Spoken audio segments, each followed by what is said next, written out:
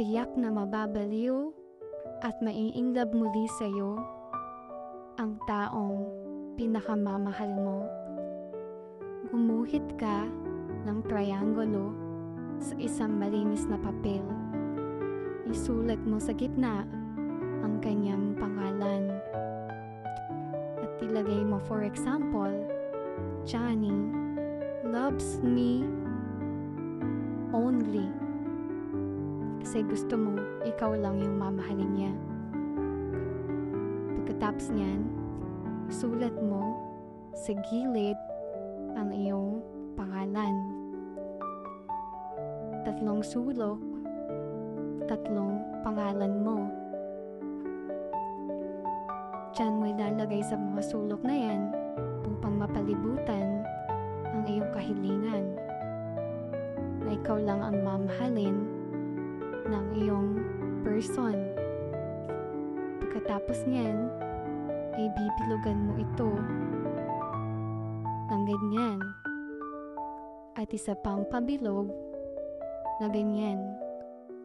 At sa gitna ng mga bilog na yan ay yung mga wish mo na kung ano ang gusto mo sa inyong relasyon. Kunwari, ako lang ang iyong pakamamahalin, ako lang ang iyong iibigin at susundin, ako lang ang iyong hahanap-hanapin. Yan, ganyan ang mga example ng mga intention na gusto mo. Dagdagan mo hanggat sa magkasya pa yan dyan sa mga space na yan, yung mga wish mo. At pagkatapos niyan, kumuha ka ng pabango mo, yung naamoy na niya sa'yo na pabango. Kahit naman hindi yung lagi mong ginagamit, basta yung naamoy na niya sa'yo. Yan, i-spray mo lang dyan. Pagkatapos niyan, ifo-fold mo siya ng paharap sa'yo.